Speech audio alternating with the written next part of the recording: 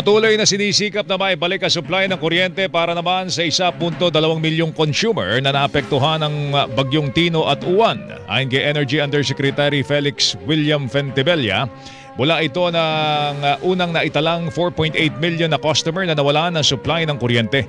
Sinabi ho ng DOE na meron pang 40 electric cooperatives sa iba't ibang rehiyon na patuloy pong minomonitor dahil sa partial o total power interruption. Patuloy ang clearing at restoration works ng electric cooperatives sa nalalabing apektadong lugar. Una nang nagpadala ang Task Force Kapatid ng tulong mula naman sa 59 electric cooperatives para naman sa mas mabilis na maibalik ang supply ng kuryente.